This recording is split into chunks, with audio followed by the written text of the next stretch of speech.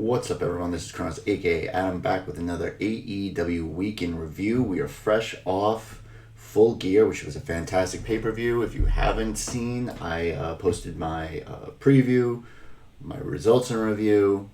So everything that you need to know about what happened at Full Gear, I got you covered. As always, before I forget, getting better at this, almost.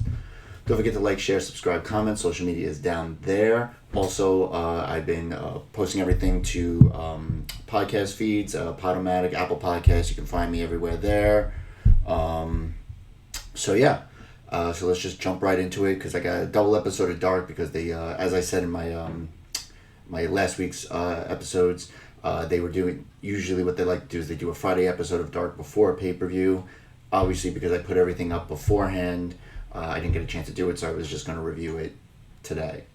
So, we start off with BTE, as always. So, the title of the episode was Full Gear Fallout. So, we get the Bucks checking out Daly's plays before, and Nick is pissed off at Matt for putting in the stipulation that if they lose, they can never challenge for the tag team titles again. And then Matt says he's got a plan, and actually, the joke, obviously, with Cody doing it was, well, he had the singles belt of the TNT title to still go after, so it wasn't like he could never get a title. So then Matt shows him a picture of the TNT tag titles as a joke, like, well, you know, if we lose, we can always go after these. I thought that was funny, or foreshadowing, who knows. They go over to Walmart. Still, they can't find toys. This ongoing saga. I can't wait till they actually do get to see their toys and their reactions to it. So we see Silver and Reynolds. Silver says, they're talking about Nakazawa. So they go to, they see Nakazawa there. They said that he's got a stinky ass and smelly balls, or at least Silver does. Reynolds says, we can use that though. So they're kissing his ass, talking about how strong he looks and all this stuff, and they're trying to get him to join the Dark Order. So they're doing their, putting the hand up there, and Nakazawa puts on the thong, and then uses it on Reynolds and Silver, and they all just like grossed out, and he says, join the Knock Order. So obviously he's not joining. Matt's at a special autograph signing for trading cards. There's a bunch of the members of AEW there. Christopher Daniels is having a really tough time consistently writing his autograph, which is funny. So the Bucks are doing some promo spots. Christopher Daniels wants to talk to Cutler, says he needs to take a pic with the belt for reference, so he's getting all excited looking at all the belts. And they're like, no, just a regular belt because your pants are falling down. We can see your underwear. And then Nick is doing like the one of his funny voices for the photo shoot. So we get the Bucks and Cutler out to eat. They're talking about Matt's actual knee injury, about it, the MCL, that it's it's good enough for him to be able to wrestle. He's been cleared. Cutler's looking for the pay window, so he finds Kaz, and Kaz calls him a mark. He says, that's not even a real fucking thing. Like, what are you doing? Then I forget maybe it was Peter Avalon asking if he has gone to anger management classes. That's the new running theme that Kaz needs, anger management classes. Gator Goth finals for the BTE title, Silver versus Trent versus Matt. Totally a shoot, so they want to make sure everyone knows that. Trent doesn't want to win it. Everyone wants Silver to win it, apparently, online, which makes sense because he's awesome. So they have a big setup going through two different hotel rooms across the hallway. It was actually really funny. Matt had it in his hands. He blew it. Trent wins. Trent is the new BTE champion. Where they go from there, what's the next challenge, and what type of challenge it will be, nobody knows, but it'll be interesting. Darby, you see backstage getting painted, getting ready for Full Gear. Matt's getting his hair done. Cutler's in like some steampunk costume. Kaz ripping on him, calling him a mark. And then Justin Roberts asks him about the anger management class. He gets pissed off again. Mira and Kip are playing video games. Leva asks to play. Apparently she's really good. Kicks the shit out of Kip. And he's shocked because he expected to beat her. We get Jungle Express going into an ice bath. Apparently they're all naked there. Then they get out. Anna Jay comes by laughing at all of them. And they're like, oh, it's the ice bath. And then Marco Stunt comes out and they're all like, holy shit. Apparently he's packing something there. Okay, so then we get... So Max backstage repping his gear. Obviously, it was Cutler's wife who made the Los Angeles Lakers colors gear. We get the Cutler cam of the match. We see Shaq backstage congratulating them, foreshadowing. Kenny got hats for them, like championship hats and a champagne celebration. Obviously, they don't drink, so I'm assuming it's some kind of like sparkling cider. And then we see they're all chanting and carrying on. Hangman's walking down the hallway, almost as if he's going to go into the room, then turns around because he sees them all celebrating. Matt's even FaceTiming with his wife, how happy he is. The Bucks are doing media, and Matt is talking about his injuries again. So we get Eddie backstage, and this was actually really emotional. He broke his phone because he's so upset. He said that Mox said that it was over in the ring, but he says it's never over. He sold his soul to the devil. He did everything that he said he would never do. Politicking and jumping people from behind. He says he doesn't regret it. It's another sin he has to pay for. Obviously it's not a joke. This character. He has nothing left. He has nothing else but AEW. But he'll be back on Wednesday. This was it's funny that he cuts promos on chocolate chip cookies and stuff like that, but this was emotional. It just shows how much passion and love he really does have for the business, and he will be back. Silver's upset in the clubhouse. They're all Uno's consulting him, consoling him first. They lost. They're complimenting him on his coat. Five did, but they don't care about what Five says. Silver punches an orange, but he doesn't feel any better. And then 10 gives him some powder. Turns out it's just powdered sugar. And then Anna says, what can we do for you? And he says, I could use a hug.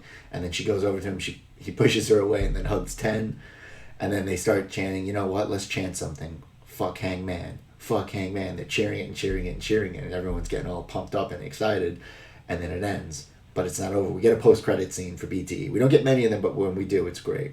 So we get Hangman walking down the hallway into Dark Order's clubhouse while they're chanting fuck Hangman.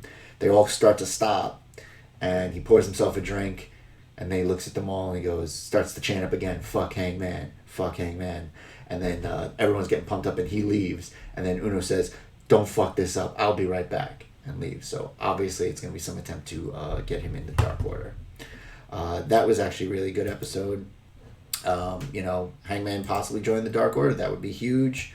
We got a new BTE title champion, and so some good stuff. So this is Dark from November 6th. This is the day before Full Gear.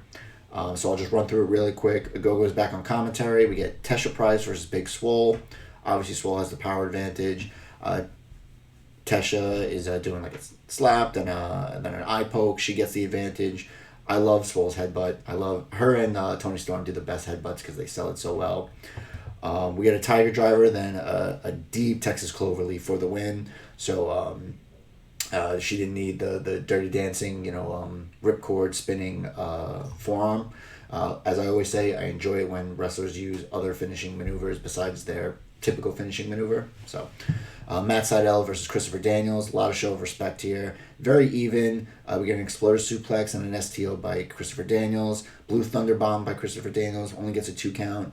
Koji Clutch by Christopher Daniels. Sydal gets his foot on the rope. We had a Standing Frankensteiner by Sydal, which was impressive. TH2 come out to the ramp. They start to distract Christopher Daniels. Angel's Wings is reversed into a pin in the win for Sydal. Obviously, he didn't see TH2 out there to distract him. He felt bad, but they showed a lot of respect to one another afterwards, which was good, so it wasn't Sydal kind of using it to his advantage. We get Brandon Cutler versus Michael Nakazawa. Obviously, Brandon Cutler... Sorry, I'm going to fix this a little bit. Brandon Cutler fresh off his first win, and Nakazawa was one of the losses that he took when Nakazawa slid back into the ring a couple months ago for the countout win. So Naka throws away the oil, says he doesn't need it. We get a reverse DDT by Cutler for a 2 count. Cutler driven into the barricade, then Naka uses the oil to keep Cutler from trying to get back in the ring. So obviously he had more of it on him. Nakazawa hits the spear for a 2 count, and then Cutler hits the TPK, which is basically like the what do you call it? The fireman carry gut buster for the win. So we get 2 in a row now. I personally, and I put this on Twitter, would love to see like a Cutler revenge tour where he just goes after everyone that he lost to. Obviously, saving the bigger names for later on so they can get maybe some momentum and get wins against them. But some of the lesser named people and lower on the card, mid card and lower, he can go after and start to build up, some of these wins back. So that would actually be really cool. Backstage interview with Kaz. Says he was interrupted last week by TH2. The goal is to prove that he's elite. He's only asked to wrestle and he's fine with that. He doesn't do all the promos and all the other stuff. And he welcomes anyone to prove him wrong, that he's one of the top guys in this sport. We had Griff Garrison versus Ariel Dominguez, who is diminutive, to say the least. Griff Garrison's a big guy, though, so. So we get a torture rack and then a rack bomb for the win, so that was pretty much it. It was his first singles win for Griff Garrison, so congratulations for that. Archer's music hits. Jake is on the mic telling Griff Garrison to get out of there. He doesn't want to leave, though, for some reason. Griff attacks him, probably because I think he attacked him last week. And he's sent out of the ring by Archer. Archer destroys Ariel Dominguez. If Griff Garrison was bigger, imagine Archer. Says he wants one more shot at the title. When Mox and Eddie were face to face, he didn't know that they were if they wanted to fight or fuck. That's Jake saying that. Jake says he doesn't care if he has to DDT Eddie's mother if he wins.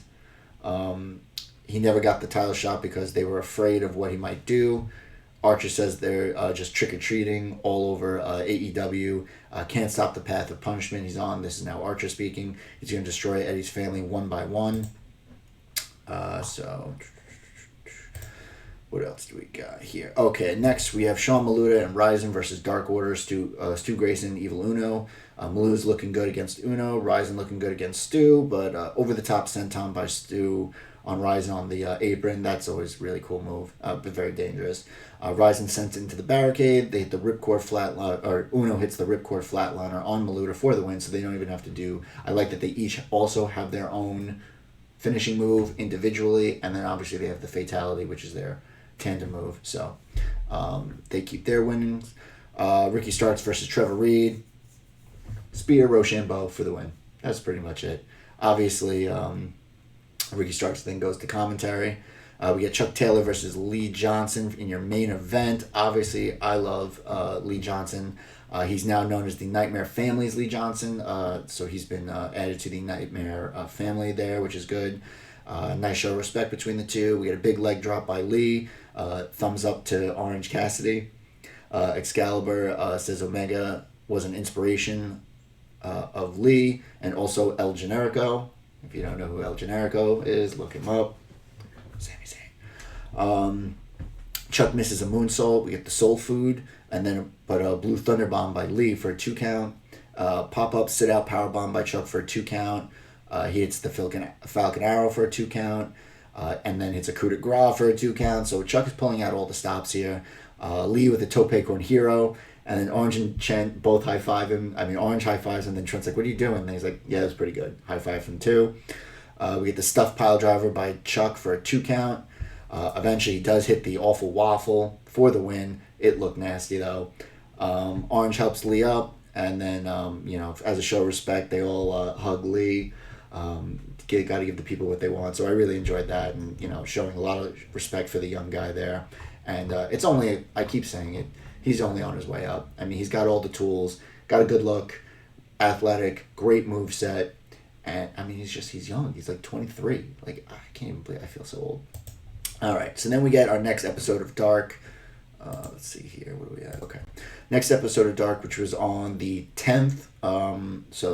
This was right before Dynamite, post Full Gear. Ricky's on commentary. For some reason, not wearing a shirt.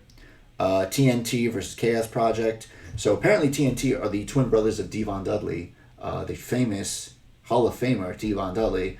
And as soon as they came out, and as soon as they said that, it was immediate, oh yeah, yep, those are definitely Devon's kids. Serpico was slammed 3 times onto one of them for a 2 count. I didn't remember their names, so I'm not gonna try.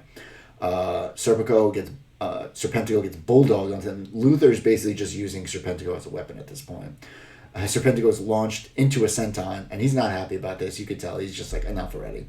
Hot tag by TNT, blind tag by Luther. TNT calls for the 3D, which is interesting. But then we get the creeping death assisted Meteora for the win. Chaos Project wins. But listen, they, between their moveset, the look, and if they're, like a callback to 3D, that would actually be really cool. So we get the Acclaimed versus Louis Valley and Justin Blacks. The Acclaimed, Max Caster and Anthony Bowens. Max is just spitting hot fire on them, which I thought was hysterical. We get Bowens drops Blacks from an electric chair position, face first into the apron. We get the hot tag to Valley from Blacks. We get a cutter wheelbarrow slam combo on Valley for the win. So I believe this is their second win now of the Acclaimed. Just adding to an already stacked tag team division, which is probably the best. And then, who I, obviously finding out later on what was happening, but I knew right away this team was going to be good from last week. Top Flight versus Baron Black and Frankie Thomas. Starks jokes about Top Flight joining Team Taz. Taz isn't happy about that. They're very talented, this team. Great Spanish fly by Darius Black, breaks up a pin. Black breaks up the pin there. We get a shotgun, cheeky blinders, drop kick for the win. I mean, these guys were great, and we'll find out later on, that they'll have a huge match next Dynamite. Another Avalon point of view, a POV vignette. He's got a tin TV dinner and tin cookies for whoever this woman is, and apparently it's in an elevator. And she's just like, yeah, I'm out of here. And he's like, I'm pretty Peter Avalon, blah, blah, blah. So, TH2 versus Shawn Dean and Adam Priest. Kaz is now on commentary for this match. They're not going to make a name at his expense, he says. We get a standing sky twister press by Evans on Dean for a 2 count. He starts calling out to Kaz. We get machine gun. They do like one of those one of the Motor City Machine Guns moves, where it's kind of like you flip over him, pull his head up while he's on his stomach on the ring for a kick to the face, kind of like a Muda lock. And then we get an assisted 450 for a 2 count. Dean with the desperation German release and the float over DDT, hot tag to Priest. Evans hits a 450 off the apron onto Priest on the floor, which is rough. And then we get the Navarro Deathlock by Angelico on Dean for the submission win. Lucha Brothers versus Ashton Starr and David Ali. Lucha Brothers, damn, we're going to talk about them later. Starks is back on commentary. Ali calls Penta a bandejo. Phoenix ripping a nipple off with those chops. I mean, they were just ridiculous. We get some tandem offense on Ali. Looks really good. We get the double stomp on the ass of Starr from the top rope. A lot more offense for Ali and Starr than I had anticipated, but we get the assisted package pile driver on Starr for the win for Lucha Brothers. We then get Leva Bates versus Danny Jordan. This was kind of sloppy. Leva Bates ends up getting a Casadora roll through for the win, but this was a very sloppy match. 5 versus Fuego del Sol. Fuego's in control early. Frog splash by 5 from the apron to the floor. We get a standing coup de grace by 5 for a 2 count, and then eventually he hits the wing snapper on Fuego del Sol for the win. So there you go. I am curious why he never wears the hair to the ring, but I get it. It's probably ridiculous. Ivelisse and Diamante versus Dream Girl Ellie and Genocide. Genocide is huge. I like her look though. She kind of looks like she's got the silver face paint on. So they isolate Ellie since Genocide is so big. Ivelisse bow and arrow on Ellie, bridged out for a pin 1 count. Hot tag to Genocide. Almost a double Samoan drop, but Ivelisse is able to get off. Ellie with the blind tag. We get a Scorpion Tail submission by Ivelisse for the win. If you hear the whining in the background, that's the dog from my neighbors. I don't understand it. Jurassic Express versus Joey Janela and Sonny Kiss. Kiss and Jungle Boy putting on a clinic, looking really good. They can't take Lucha off his feet. Janela and Jungle Boy, great back and forth, back in the ring. Get Lucha is taking out both of them. Gets broken down on the outside. We get a Destroyer by Jungle Boy on Janela on the outside, which looked sick. We get the flip over powerbomb combination by Jurassic Express on Janela for the win. But a big show of respect between the teams. Obviously, both face teams there. And that was your main event for Dark, and that is Dark for the week. we now go to AEW Dynamite, which is basically your biggest fallout from Full Gear. We had a new intro, which I thought was good. Obviously, there's a little bit of a controversy from a tweet that Tony Khan sent saying about the landscape of or the whatever of wrestling is going to change, or the balance of power, whatever it was. I didn't take as much, behind, that. I mean, obviously he's a promoter. Yes, maybe, people were looking for more than they saw, but there was some really cool stuff in here. But yeah, clearly people are just haters and like, oh, he should have said maybe just AEW. I've heard that over and over again. He should have just said AEW as opposed to professional wrestling. Okay. Everyone just needs to relax. I mean, it's not that big of a deal. He's a promoter. He's passionate about his thing. Maybe in his mind he thought that it legitimately would change the landscape of professional wrestling. I don't know. Either way, just take it down a notch. Relax. Okay. So, like I said, new intro. I liked it. Brian Cage versus Matt Sydal. Interesting to note that on TNA's Twitter feed, like that day or the day before, they were showing a flashback of a match between Sydal and Cage for the X Division title. I believe Matt Sydal was the title holder at the time, and they showed about a 2-minute clip of it. It was a really good match, really cool. So Taz is out calling out Darby, who's sitting up in the crowd, tells him to stay put or get his ass beat. Cody too. Taz puts over Sydal that he respects his business because Darby doesn't. Okay. So then we finally get to the match. Cage is taking control, utilizing his power. Cage attempts a Rana, countered into a powerbomb. Sydal Meteora on the ramp. Looks like he destroyed his knees, but okay. We get kind of like, what is it, the page turner, jiffed away, whatever it is, for a 2 count. Standing shooting star twist for a 2 count by Sydal. We get another page turner attempt countered with a massive lariat. Drill claw countered into a dragon Rana. That's the same spot that you specifically see in the clip from their TNA match. I mean, obviously, Cage countered, kicked out of the pin, but it was the same exact spot. Cage catches Sydal in midair from him trying to do like a crossbody into a drill claw for the win. Starks cuts a promo, says they're finally ranked and they will have their presence felt here in AEW. We got Cody coming out to the ring. Obviously, this is going to be an overbooked mess, as it was. He congratulates Darby again. He says at this time he's not going to be seeking a rematch. Says actually he wants to avenge another loss he has to MJF, even though MJF recently in an interview said that he's done with Cody. So that'll be interesting. So then this big jacked woman comes in, says her name is Jay Cargill. Says, you're a giant killer. There's nothing giant about you. She knows giants, and you may wake him. Next time you decide to think out loud, keep that shit to yourself. They really could not bleep it out. And then she's on the ramp and says, congratulations on your name, and then mentions, oh yeah, that giant is Shaq. Shaq Daddy. I mean, we know that he was obviously backstage at Full Gear. We obviously know the connection with TNT. We know Shaq's connections to wrestling in general. But really, unless he picks someone as his proxy, I do not want to see a Shaq and Cody match. Brandy comes out like on fire. I didn't know. Did someone say this was open mic night, bitch? And calls her, take your ratchet, trifling ass out until you're allowed to come out here, you heifer. I mean, it was hysterical. She just went off. So then as Brandy tries to leave, Jay Cargill pats her on the ass. Jerry Lynn comes out to break them up. And while that's going on, Cage comes out from behind Cody, power bombs him, Starks out too. Darby's music hits. He comes from the stands. He's got this jacket with thumbtacks on it that are turned the opposite way, so the tacks are actually facing out. He does like a coffin drop on, like a springboard coffin drop to Starks, and then he rushes Cage in the corner, same thing, gets the tacks all over them.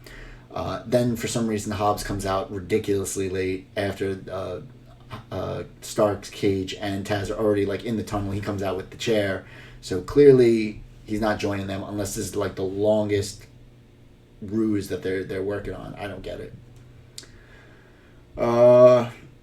Recap of the Eliminator tourney final between Kenny and Hangman, where Kenny won that. Mox with Marvez backstage says he knew he couldn't say I quit during the match. Things changed where at first he didn't care about the title at first, but now he does. He realizes how much it represents. Beating Kenny twice is special, and he's special.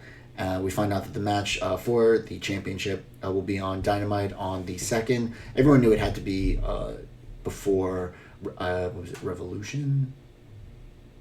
I think it's Revolution. But yeah, because that was going to be in February, and obviously they're not going to have 4 months without a title match, or just build this for 4 months. So then we get our bunkhouse match, which was put in motion during Full Gear between the Natural Nightmares and Butcher and the Blade. So the rules of it are anything goes, pinfall or submission has to be in the ring only, but it's set up where there's like all kinds of Western themed stuff, which we'll get into. So Dustin hits a face buster on a chair outside on Butcher. Blade with a gut buster, with the guitar shot on QT. Dustin with a bull rope on Blade back in the ring. Butcher with the fun splash with a chair. QT was busted open bad from this thing. His face is just red mask. Bunny handcuffs Dustin in the corner. QT gets beat up. Dustin finally gets free during picture-in-picture. Dustin hits the flip power bomb. Flip flop and fly on Butcher and Blade, obviously a call back to his father. Dustin and Butcher fight to the back. QT with the fire extinguisher on them, and then Dustin hits a bulldog through this, like, I guess, box or something on Butcher. Blade's busted open from a chair shot, I think, to the face. He faces off with QT, obviously the history between them with Allie, so they're beating the shit out of each other. QT hits an elbow drop from the top of a ladder for a 2 count. That was rough. They hit full death on Dustin through chairs. QT breaks the count. Diamond cutter on Butcher with the chain, and then the Blade is hit with a chair. He goes into the bunny, who then goes through a table that was set up outside. Diamond cutter on Blade for the win. This match was pretty wild. It's funny because everyone's like, oh, it's a mid-card tag title, not tag title, but mid-card tag match. But they allowed that to be just absolutely just wild, bloody mess. So I enjoyed that. Hopefully everyone's all right. Recap of Elite Deletion match. Matt's narrating the build and the match. Sammy earned his respect. He says he'll become a bigger star because of it, but he says don't squander what I've given you. So we'll see there. Then we have another amazing segment, MJF induction into the Inner Circle. We get great theme song and graphic package for them. So then Tony Cole, while this is going on, Tony calls MJF a miserable little prick. Excalibur calls MJF a scumbag, which I thought was funny. Jericho does the intro, brings out the OG Inner Circle first. No Sammy. They'll figure it out after. They don't know where he is. MJF with an acceptance speech, gets emotional, says he had a tough life, that he got only a small loan of $1 million from his dad. Obviously we know that's from. And then he does some poetry, and he says, my new homies in Proud and Powerful will dig it. So then he starts quoting, basically saying Drake lines. I think it's from All On Me or something. I forget the song. Ortiz just flips out on him and he goes, Drake? You're going to take the words from Jake? And he's like, I don't know who that is. So confirmed, MJF is Drake's ghostwriter. Ortiz continues to voice his objection. Jericho says it's on him. He made the stipulation. He made the match. He knows his business better than anyone. Between MJF's mind, Wardlow's muscles, they're going to be stronger than ever before. But MJF says, oh wait, no, we're also here to celebrate Jericho's birthday. Balloons, confetti, but the potential hurricane came and swept all that away. So next week he says that they're all going to Vegas. MJF says it, and he says it's on him, so he's giving everyone tickets. So they're, it's pretty funny how it's like, even in pictures you can see Sammy, Ortiz not happy, Santana is happy, Jericho's happy, MJF is happy, and Wardlow and Hager are just staring each other down because it's like, there's only room for one big man, one heater in our group. So recap of Bucks versus FTR. Marvez is backstage with the Bucks. He's nervous about getting super kicked again. So that he asks them what's next, a rematch. They say, they'd love to have a rematch, but, they don't know exactly what's up next. Matt apologizes for kicking him in the face. Then he talks about that he started talking about this young and upcoming tag team called Top Flight. As I mentioned on the last two Dark recaps about how this team is really good. So he says, they're actual brothers, kind of reminds them of a little bit of the Bucks. So they said, you know what, how about next week? Let's have a match. So it's going to be the Young Bucks versus Top Flight, which could be awesome. We then get Spears versus Sky. So obviously this match was supposed to happen last week. I don't know who, but I believe because of some kind of COVID concern, they decided to put it off for a week. Obviously, this is the feud between them about Spears, thinking that Sky is stealing his moments. They've been having back and forth for a while now, mostly on Dark. So Spears continues to call Sky a thief. Next week, per Tony Khan, we find out it's going to be Cody and Darby versus Cage and Starks. I mean, they're just basically interchanging people with this kind of thing, because there was supposed to be Archer was supposed to be involved with this at one point. Then there was the Mox, Hobbs. I mean, then there was COVID concerns, so it's a mess. Match is hard hitting. Both have two of the better records that no one really talks about or knows about. Scorpio Sky has the third most wins in all of AEW behind Cody and Kenny. Spears up to the top for an avalanche release belly to belly. Spears attacking the back of Sky on the outside and during picture-in-picture. Sky hits the Pescado on the outside back from break. We get outside in cutter by Sky for a 2 count. Sky off the steps, but Spears grazes with a super kick. We get a side slam on the stairs by Spears. That looked rough.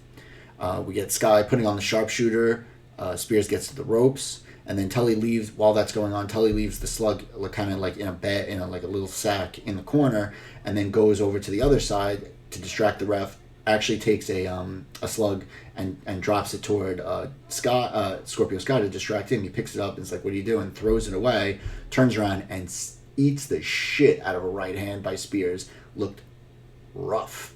He took it like a champ though. Sold it great.